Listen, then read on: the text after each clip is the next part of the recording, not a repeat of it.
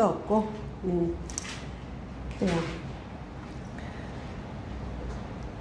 자, 우리 오늘 부활주일 예배 오신 여러분 환영합니다. 축하드립니다. 예수님이 부활하셨기 때문에 우리가 산 거죠. 예수님께서 다시 사셨기 때문에 우리가 살게 된 거예요.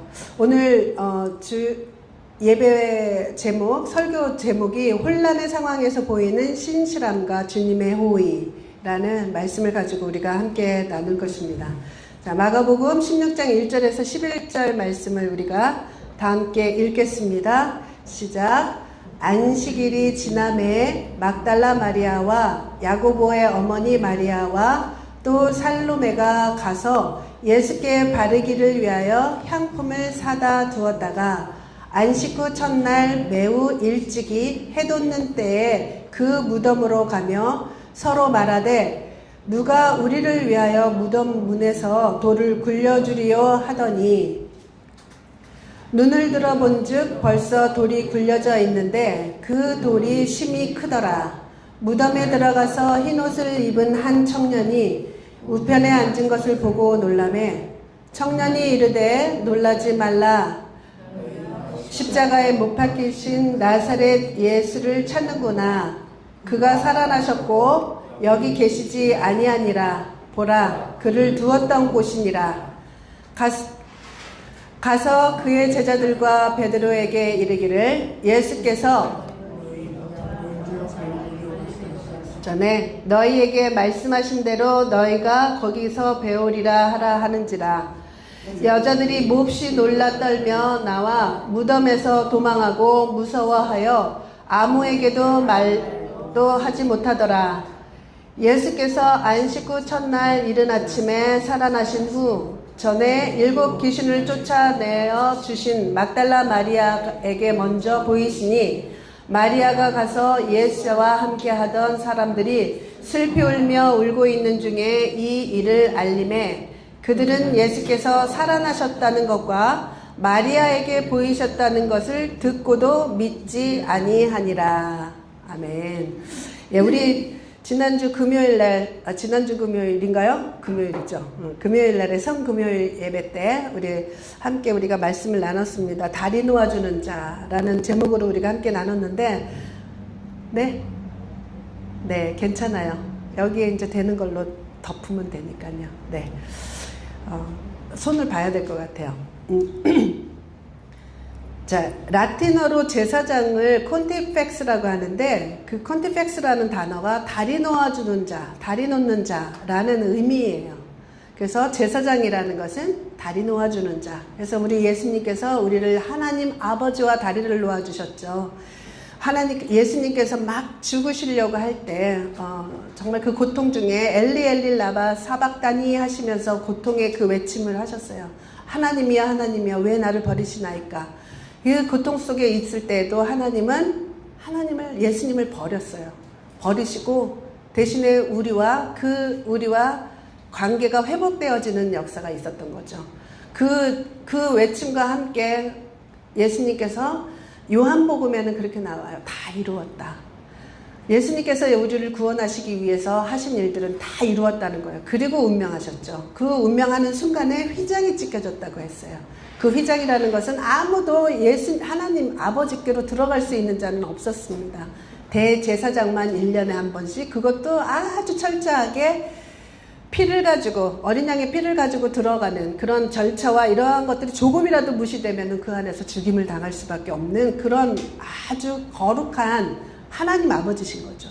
그런데 그 휘장이 찢어지고 그리고 우리에게 계속해서 그 안으로 들어오라고 하는 거예요. 예수님으로 인해서 용서받은 자는 다 들어오라는 거죠. 예수의 피로 덮임을 받은 자는 모두가 들어오라고 하는 거예요.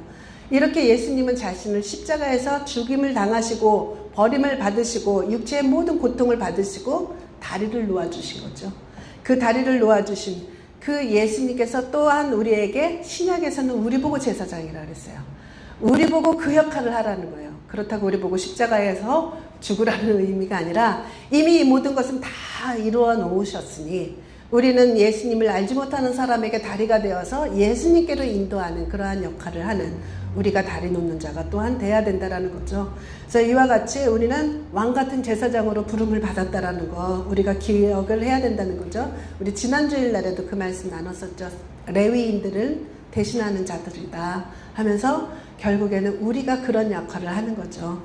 그래서 우리의 시간대로 우리의 그 시간 요일로 따진다면은 금요일 오전 9시에 예수님께서 죽으시고 못 박히시고 죽으시지 않으셨죠. 못 박히시고 그리고 오후 3시가 되어서 예수님께서 운명하셨어요. 그리고서는 무덤에 안치가 되시고 난 후에 그리고 오늘 새벽 주일날 새벽에 예수님께서 사흘 만에 부활하셨습니다. 금, 토, 일 사흘이죠. 하루 이틀 사흘. 옛날에 이렇게 물어본 적이 있어요. 사흘 그러면 4일인데 안 되는데요. 3일밖에 안 되는데요. 그런데 하루 이틀 사흘은 3일을 말하는 거죠. 횟수로 그러니까 날수로 사흘 만에 부활하셨습니다. 예수님의 부활은 우리의 구원의 모든 조건들을 다 충족시키시고 하나님 편에서 하실 일들은 다 마치셨다라는 것이에요. 그래서 하나님께서 우리 인간들의 지은 모든 어떠한 죄도 그것으로 다 감당이 되신다라는 의미인 거죠. 그것으로 감당이 안 되는 죄는 하나도 없어요. 우리의 어떠한 연약함, 우리의 어떠한 악독한 행동이라 할지라도 그 예수님의 피로 인해서 그 피로 우리는 구원을 받을 수 있고 용서를 받을 수가 있다는 거죠. 감당이 안 되는 죄 하나가 있습니다. 회개가 안 된 죄. 회개가 안 되면 감당이 안 돼요. 왜냐하면 하나님 쪽에서는 이미 다 이루어졌는데 회개가 안 된다면 돌이킴이 없다고 한다면 그 죄는 용서받지 못해요. 돌이켜질 때 용서를 받는다는 거죠. 그래서 이렇게 회개만 한다면 어떠한 죄든 하나님은 예수 그리스도의 죽음으로 인해서 다 감당이 가능하다는 거예요. 우리 인간의 세계에서도 가장 형량이 큰 게 뭐죠? 사형이죠. 사형이에요. 인간의 그 사형으로 인해서 어떠한 큰 죄도 그것으로 이제 다 형량을 채웠다라고 해요. 그런데 하나님, 창조주이신 하나님께서 피조물인 우리 인간, 얼마나 작은 존재예요. 정말로 작은 존재인 인간의 죄를 위해서 죽음을 당했다는 거예요. 최고의 형량, 사형을 당했다라는 거죠.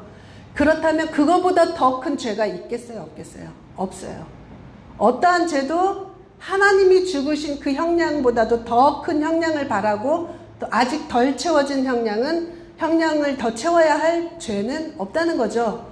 이 세상에 그 어떠한 죄도 회개가 되어졌다면 하나님은 용서해 주신다는 거죠. 이렇게 어떠한 죄도 커버가 안 되는 그러한 것은 없어요. 하나님이시기 때문에. 예수님은 하나님이시고 하나님의 아들의 죽음으로 모든 것들이 다 감당이 된다라는 거죠. 이렇게 우리를 용서하시기 위해서 하나님은 아주 오래전부터 그 죄에 시작되어진 지점부터 예수님을 예언하셨어요. 이 땅의 여자의 후손으로 올 자에 대해서 예언하시고 그 여자의 후손인 예수님, 그 예수님을 십자가에 못 박으심으로 인해서 우리의 모든 그 구원이 완성이 되었다는 거죠. 그렇게 이 죄가 시작되어진 곳이 아담과 하와예요. 우리는 알지도 못하는 정말 멀고 먼 옛날 과거, 정말 영원 속에 있는 사람들과 같은 이러한 그 죄의 뿌리에서부터 시작해서 하나님은 이 일을 이루시기 위해 그토록 오랫동안 우리를 참으시며 오셨다는 거죠. 그래서 가장 알맞는 때, 알맞는 곳에서 가장 그 때가 찰 때 하나님께서 그 일을 이루셨다는 거죠. 그래서 이렇게 용서하심, 구원하심의 그 대하 드라마가 어마어마한 그 하나님의 계획과 하나님의 그 프로젝트가 완성될 때 항상 보면 하나님의 어떠한 일들이 이루어지는 곳에는 사람을 등장시키세요. 하나님께서 그냥 다 잃어버리시지를 않으세요. 꼭 사람을 등장시키더라고요. 그런데 그것도 사람을 등장시키는데 항상 대조적이에요. 언제나. 대조적일 수밖에 없는 것이 하나님 편에 있는 자, 그리고 그 편에 있지 않는 자, 대조가 될 수밖에 없죠. 우리의 세상에서 살았을 때 우리의 모습은 하나님 편이 아닌 세상 편에 있었다는 것을 우리가 알아요. 그래서 예수님의 탄생에서도 마리아와 요셉이 하나님 편에서 그 일을 감당했고, 그런데 그 일을 막으려고 했던 헤롯 대왕이 나오죠. 그리고 예수님의 죽음에서도 보면 소극적일 수밖에 없었지만 그래도 여인들이 있었어요. 여인들이 끝까지 눈물을 흘리며 그곳을 지키고 있었다는 거죠. 죽음의 현장에서. 그런데 대부분의 군중들, 성난 군중들은 예수가 죽어야 할 자라고 생각하면서 서로 옷을 나누어 갖고 낄낄거리고 나 한 몫 챙겼다, 예수님 때문에, 이렇게 하고 있는 사람들이 있었어요. 그때 당시에 비싼 그 천을 나누어 가지면서 그런 사람이 있었습니다. 그 사실을 조금 일찍 깨달은 자가 유다예요. 가룟 유다. 세상 돌아가는 것을 너무 빨리 알아차려요. 가만 보니까 예수님이 도저히 살아남을 수가 없는 것 같은 거죠. 현상수배가 되어지고 잡히기만 하면 죽임을 당할 수밖에 없는 그러한 상황에 있으니 그 가룟 유다, 똑똑한 가룟 유다가 이때 내가 정말 큰 안목 챙기고 말아야겠다. 어차피 죽을 목숨이라면 예수님도 자꾸 죽는다고 말씀하시지. 그리고 바깥에서 보니까 다 죽임을 당해야 된다라고 생각하고 자신에게 또 접근하는 사람들이 있었죠. 이와 같이 그랬다는 거죠. 부활에서도 마찬가지입니다. 예수님의 부활, 탄생과 죽으심과 부활 사건 모든 곳에 사람들이 등장을 해요. 그런데 아까 말한 것처럼 대조적으로 등장을 한다는 거죠. 예수님의 부활에서도 여인이 등장을 해요. 그리고 오늘 읽은 그 본문 속에는 그게 없죠. 철통 방어를 하는 군인들이 거기 무덤을 지키고 있잖아요. 그리고 대제사장들이 이미 알았어요. 이미 알았다는 게 아니라 부활한다고 하니까 이 대제사장들은 그래도 제자들보다 믿음이 더 있었던 것 같아요. 자꾸 살아난다라고 하니 저 사람들이 분명히, 그건 믿음이 아니지만 저 사람들이 분명히 이 시신을 어디에다가 감춰두고 훔쳐가서 부활했다라고, 다시 살아났다라고 거짓말을 할 테니 우리 숨기자. 숨기는 것이 아니라 잘 지키자 해서 그냥 그 무덤을 어마어마한 그 병력을 동원을 해서 지키고 있었다는 거죠. 이와 같이 부활을 막으려고 하는, 부활을 거짓 삼아서 선동하지 못하게 하려고 하는 그런 세력들이 함께 있었다는 것이죠. 그런데 부활의 최초 목격자가 된 자, 그리고 최초 증언자가 된 자가 바로 그 여인들 중에 한 사람이라는 것을 우리가 알 수가 있어요. 그래서 오늘 이 본문 속에 있는 이 여인들을 한번 쫓아가면서 우리가 함께 은혜를 나누고자 합니다. 아직은 빈 무덤밖에는 보지를 못했죠. 무덤에 왔는데 오늘 말씀을 보니까 향품 들고 왔단 말이에요. 그런데 무덤에 돌이 옮겨지고 무덤은 비어 있었어요. 아직 예수님은 보진 못했어요. 그리고 그 옆에 있던 천사가 다시 살아났다라는 그 이야기만 들었을 뿐이죠. 근데 아직 모르겠어요, 이 사람들은.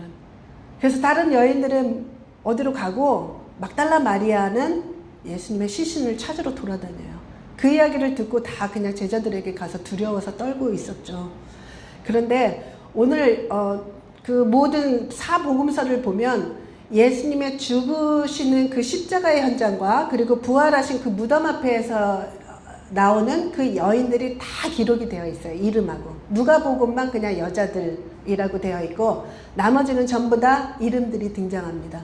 그 이름들이 등장을 하는데 어느 때는 예수님의 어머니 마리아도 있고 뭐 그 이모도 있었고 뭐 살로메가 있느니 누가 있느니 이렇게 서로 이렇게 다양하게 좀 이렇게 빠졌다가 들어갔다 하는데 막달라 마리아는 모든 부분에 항상 따로 기록이 되었다라는 걸 볼 수가 있어요. 그러니까 막달라 마리아는 단 한 번도 예수님이 있는 그 현장에서 벗어나지를 않았다라는 것을 볼 수가 있는 거죠. 얼마나 놀라운 일이, 이들에겐 정말 그야말로 충격이었을 거예요. 너무나 충격이었을 것 같아요. 시간도 별로 없었어요. 잡히던 금요일 밤인지 그 다음날 토요일 날 새벽 1시나 뭐 이렇게 됐을 수도 있어요. 정확한 시간은 없지만 어찌됐든 예수님이 잡히자마자 밤새 신문당하고 그리고 오전 중에 채찍질을 당하고 그냥 9시에 처형당한 거예요. 그러니까 뭐 이게 이 일이 어떻게 될까라는 생각을 할 겨를도 없이 그냥 집행이 돼버린 상황인 거죠. 그러니 얼마나 당황스러웠겠어요. 두렵기도 하고 당황스럽고 황망하고 허무하고 정말 이 마음속에 있는 어떠한 그 감정을 다 이야기를 해도 다 표현이 안 될 것 같아요. 정말 충격 자체였을 것 같아요. 그래서 이 어떤 사람들은 그 충격 자체의 그 시간들을 수습할 겨를도 없이 그 시간들이 흘러서 지금 주일날 아침을 맞은 거죠. 주일날 아침을 맞았는데 대부분은 그 어느 한 시간이 흐르고 난 다음에는 이제 다 현실을 감각하고 현실적으로 받아들였을 것 같아요. 아, 정말 죽으셨구나. 정말 그렇게 말씀하시더니만 정말 죽으셨구나. 이렇게 생각했을 것 같아요. 그렇다면 지금까지 자신들이 하고 있었던 일들이 무엇일까? 그냥 다 헛수고였구나. 이젠 더 이상 아무 의미도 없는데 우리 이제부터 뭐 하지? 3년 동안 진짜 정신없이 쫓아다녔는데 순간에 놓쳐버린 그 끈이 마치 그냥 바람에 날아가는 그 연처럼 뭐를 할지 모르는 그러한 상황 속에 놓여 있었을 것 같아요. 대부분이. 3년이라는 동행이 길면 길고 짧으면 짧아요. 짧으면 짧을 수밖에 없죠. 그래서 어떤 사람은 이제 이것으로 끝났는데 앞으로 어떻게 살아가지 막막함 속에 있었을 거라는 생각이 들어요. 자신들의 직업도 다 내려놓고 왔는데 가족도 떠나서 온 사람도 있고 이렇게 살아왔는데 어떡하지? 자신들이 계획했던 모든 것들이 수포로 돌아간 것 같고 예수님이 왕이 되어서 이 나라를 통치한다면 자신들의 어떤 그 안에서 막 꿈을 꾸고 있었던 것들이 있었을 거예요. 그런데 설마 했는데 정말로 사라져 버리신 거예요. 감옥에 들어간 것도 아니에요. 감옥에 들어가서 한 1년 정도만 있었으면 그래도 뭔가 그 안에서 뭐 마음도 수습하고 그랬을 텐데 잡히자마자 그냥 처형당하신 거예요. 얼마나 황망해요. 그러니까 진짜 현실 감각이 없었을 것 같아요. 그런데 이 속에서도 올바른 그 상황을 대처한 사람을 본다는 거죠.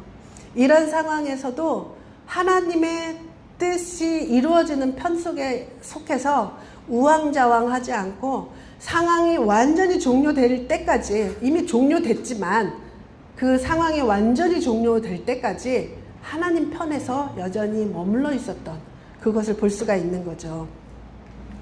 다시 한번 읽어보면 1절에서 3절까지 우리 함께 읽어보겠습니다. 시작. 안식일이 지남에 막달라 마리아와 야고보의 어머니 마리아와 또 살로메가 가서 예수께 바르기 위하여 향품을 사다 두었다가 안식 후 첫날 매우 일찍이 해돋을 때에 그 무덤으로 가서 서로 말하되 누가 우리를 위하여 무덤 문에서 돌을 굴려 주리요 하더니 향품을 사두었대요. 향품을 사두었다는 것은 장례를 치르기 위해서. 지금 이 상황에 정신도 하나 없는데 무슨 장례는 이렇게 생각할 수 있잖아요. 근데 장례를 위해서. 이미 장례는 아리마대 요셉이 자신의, 그리고 니고데모가 와서 향품을 바르고 장례를 다 치르고 자신의 그 새 무덤에 안치를 시킨 상태죠. 그런데 또 이제 뭐 하루가 지나가고 하면은 또 나머지 남은 그 장례의 절차가 있는데 그것을 하기 위해 향품을 사두었다는 것. 그리고 아침에 첫날, 안식 후 첫날, 안식일에는 일할 수가 없으니까 안식 후 첫날 일찍이 해돋을 때, 아직은 으스름한 그러한 새벽녘이에요. 눈 뜨자마자 무덤으로 달려갔다는 거죠. 그런데 이들도 아직 몰라요. 내가 이 일을 끝까지 수행할 수 있을지 없을지 몰라요. 빨간 글로 해놓은 것처럼 우리를 위하여 무덤 문에 돌을 누가 굴려줄까?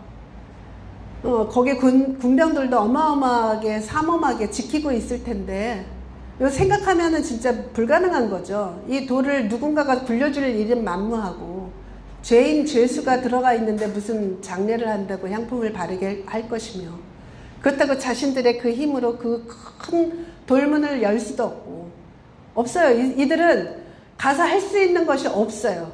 그런데 할 수 있는 게 뭐냐면 그 앞에까지 가는 거. 그거밖에 못해요. 그런데 그거를 했다는 거죠. 가서 무슨 일이 벌어질지 아무것도 몰라요. 아무것도. 가서 자기네들이 뭐 잡혀갈지, 너도 같은 도당이다 그러면서 잡혀갈지, 아니면 어떻게 될지도 몰라요. 가더라도 문도 못 열을 수도 있다는 거죠. 그런데 거기 갈 수 있는 것만큼은 했다는 거예요. 저는 그것이 굉장히 크게 보여져요. 그 순간에 대부분은 이제 그만하자, 이제 아무 의미가 없어, 뭐하러 그렇게 하느냐, 이 미래도 보이지도 않아요. 아주 진짜 어떡하지, 우리 어떡하지 하면서 그러고 있었을 거예요. 보이지 않는 그 미래들이 완전히 이제 불안하고 두려운 뿐이 없는 거죠. 지금까지 3년 동안 돌아다니면서 자신의 가족을 먹이지도 못하고 살아왔었을 텐데, 베드로 같은 경우는 가족이 있더라고요. 그죠? 그 사람만 있었겠어요? 가족을 떠나서 예수님만 쫓아다니느라고 아무것도 안 했는데, 직업도 떠났고 그랬는데, 이렇게 미래가 확실하지도 않고, 그리고 지금까지 그걸 생각하니까 여태까지 보내왔던 모든 시간들이 헛된 시간같이 보여질 수도 있었을 것 같아요. 자신들의 그 좋았던 과거의 시간들, 우리 과거 잊어버리는 거, 나쁜 것은 기억하지만 좋은 것은 금방 잊어버려요, 우리 인간이. 그렇지 않아요? 나쁜 것은 두고두고 생각이 나는데 좋은 것들은 다 까먹어요. 예수님과 좋았던 그 시절이 다 부정이 되는 거죠. 이 순간이 돌아오니까. 그렇게 했을 것 같아요. 그리고 우리 빨리 잊어버리자, 빨리 잊어버리고 우리 빨리 본연으로 돌아가자, 막 이런 소리를 했었던 사람이 했을 수 있었을 것 같아요. 그렇지 않아요? 우리 다 잊어버리고 새로 우리 원래 있었던 자리로 돌아가자, 이렇게 생각했을 거라는 거죠. 아까 유다는 일찌감치 했지만, 아직 그렇지 못한 사람들 이제라도 이제 과거와 이 모든 것들을 다 끊어버리고 그냥 우리 업으로 살든 아니면 세리로 살든 그냥 그대로 살자, 뭐 이런 이야기를 했었을 것 같아요. 그렇지만 이 여인들은 남들은 슬퍼서 울고만 있을 때 새벽에 일어나서 향품을 들고 예수님께로 와서 뭔가 할 수 있는 마지막 그것을 했다는 것이죠. 신실함을 가지고 하나님에 대한 사랑이, 하나님에 대한 사모함이, 예수님에 대한 그 마음이 변하지가 않은 거예요. 그냥 우리 눈앞에서 사라지신 그 예수님이 죽으셨다라는 것밖에는 달라진 게 없는 거죠. 그래서 여전히 예수님을 위해서 할 수 있는 일이 무엇일까를 생각하면서 그 일을 신실하게 다시 하던 대로 한 거예요. 예수님을 섬기고 봉사하고 하던 그 시절들, 이 여인들이 기록에 보면 예루살렘에서부터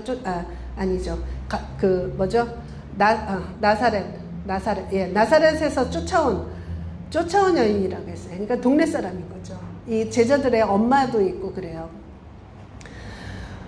이와 같이 정말 무슨 일이라도 남은 것이 있다고 한다면 그 일들을 했다는 거. 더 이상 남아있는 일이 아무것도 할 것이 없을 때까지. 그래서 한 가지 남아있는 것이 그거였다면 그것을 했다는 거예요. 다 끝난 것 같아도, 의미 없는 것 같아도 옳은 일, 그리고 주를 위한 일, 그 주를 위한 일을 다 마치는 이 여인들의 그 마음을 한번 바라보기 바랍니다.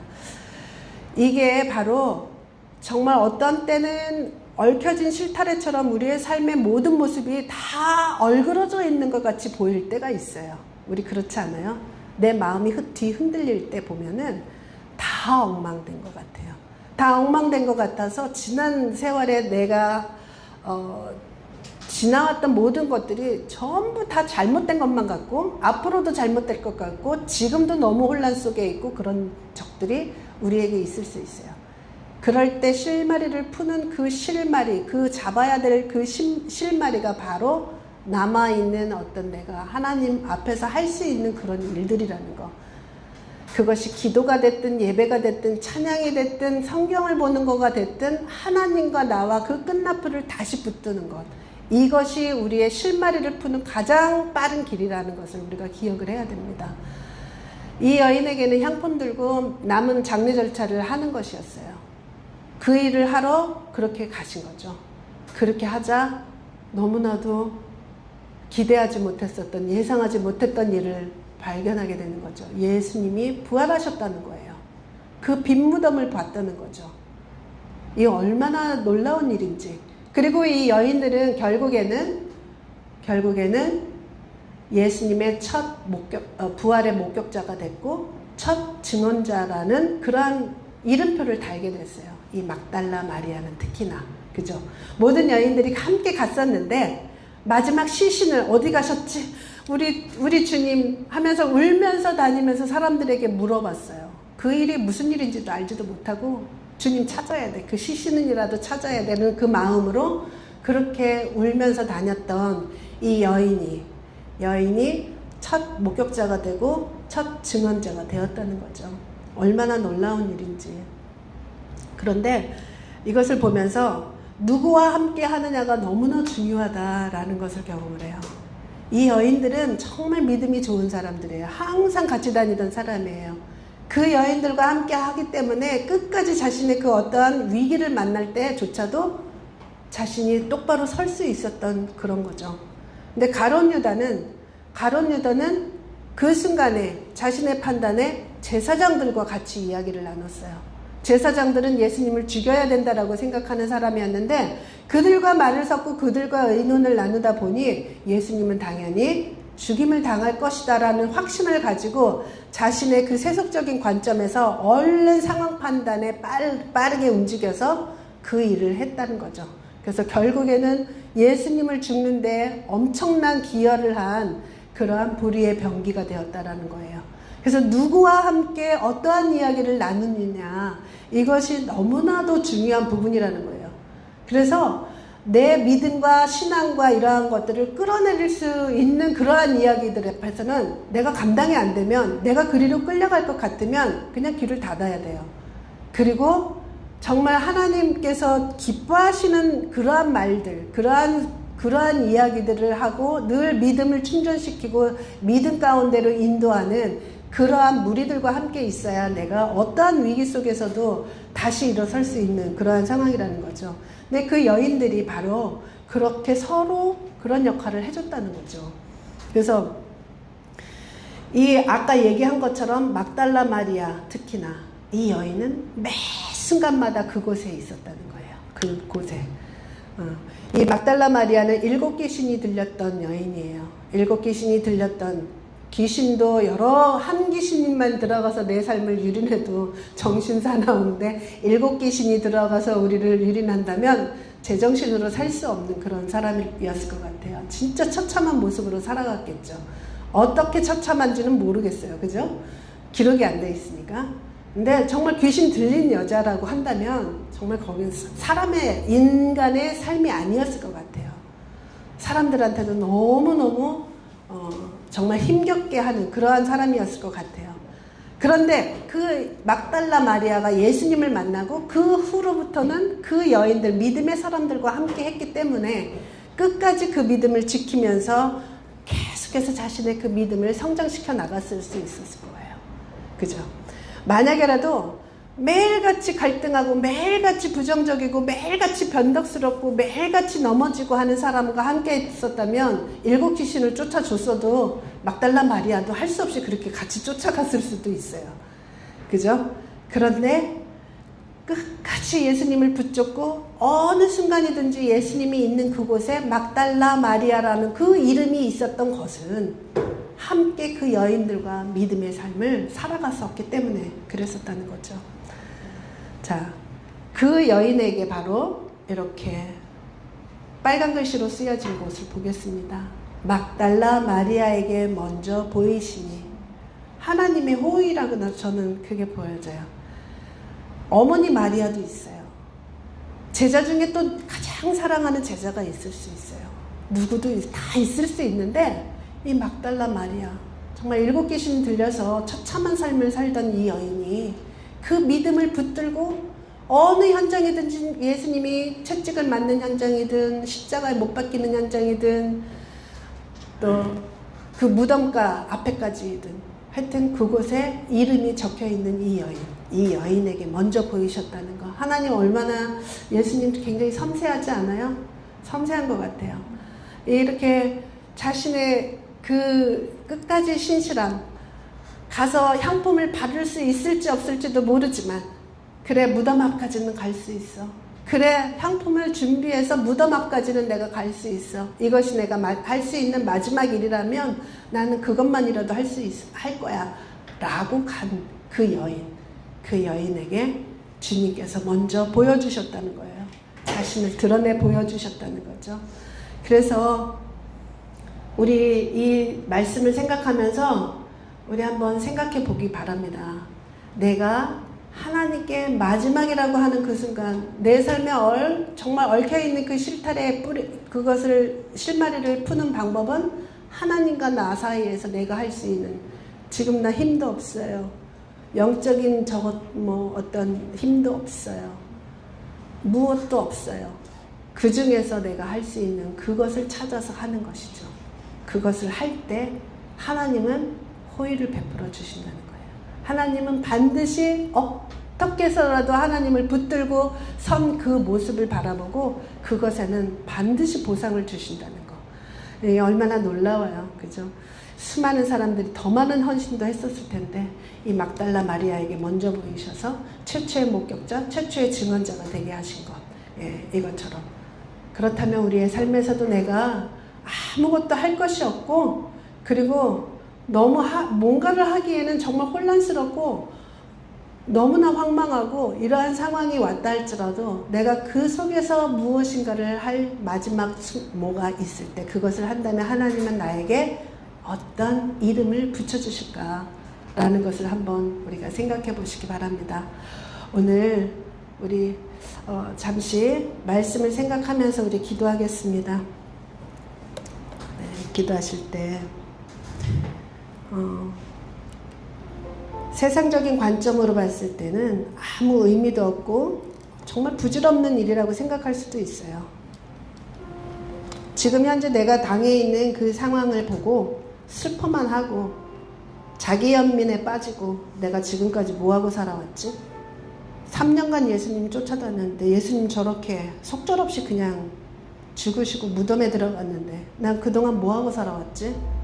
내가 뭐 한다고 내 가족은 버려두고 3년 동안 이렇게 쫓아다녔지? 그것으로도 끝이 아니라 얼마나 그 두려움이 있는가. 함께 다녔다라는 그 이유로, 예수님과 함께 다녔다라는 그 이유로 얼마나 많은 사람들이 우리에게 색깔 있는 색안경을 끼고 바라볼까.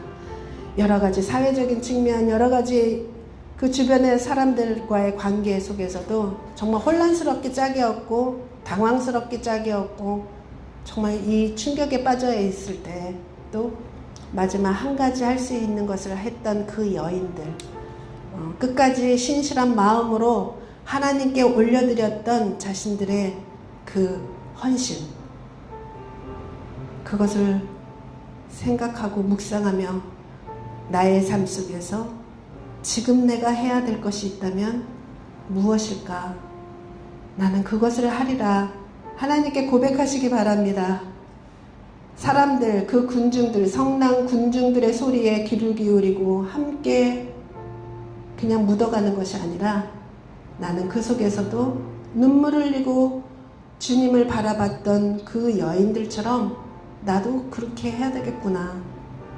나도 마지막에 정말 할 것이 아무것도 남지 않는 완전한 종료 상태가 될 때까지 나는 해야 할 것을 해야겠구나. 라는 그러한 마음을 하나님께 고백하시기 바랍니다. 우리 정말 부활하신 예수님께서 완성하신 그것으로 어떠한 죄든지 감당이 안 되는 것이 없다 했습니다. 하나님이신 예수님께서 사형 선고를 받았다면 그것보다 더 큰 형량은 없고 그것으로 감당이 안 될 죄는 없습니다. 나의 죄를 하나님께 또한 다시 한번 고백하시고 나를 살려주신 하나님께 감사하며 상황이 어떠하든 그 안에서 내가 하나님께 취할 수 있는 가장 신실함을 하나님께 끝까지 보이기를 원합니다. 주님, 우리 함께 다 같이 기도하며 고백하겠습니다. 하나님 아버지 감사합니다.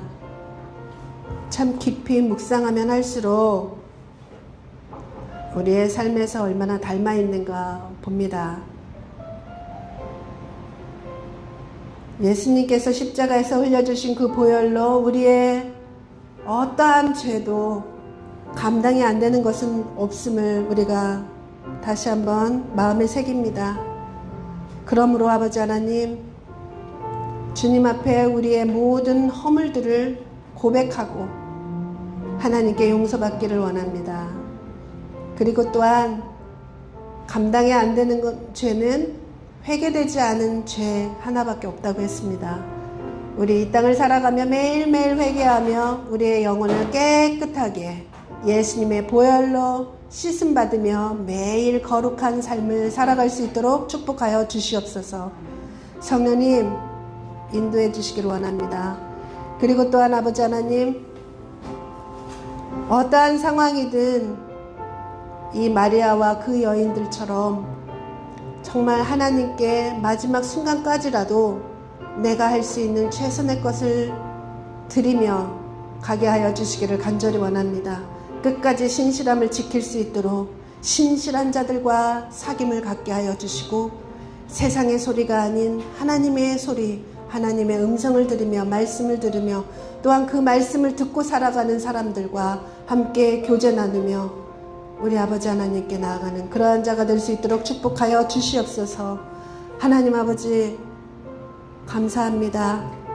우리에게는 부질없고 쓸데없는 그러한 것이 없음을 하나님 일에서는 그렇습니다. 우리 하나님 안에서 우리 정말로 하나님께 늘 언제나 마지막 순간까지도 신실한 자가 되어서 하나님께 나의 삶을 통해서 고백하는, 내 믿음의 삶을 고백하는 그러한 삶이 될 수 있도록 축복하여 주시옵소서. 하나님 아버지 감사합니다. 오늘 이렇게 우리가 함께 말씀을 나누고 우리의 영혼 가운데 새겨 넣었습니다. 주님, 우리의 모든 허물을 용서하시고자 십자가에서 죽음을 당하신 하나님, 나의 주님, 나의 예수님을 사랑합니다.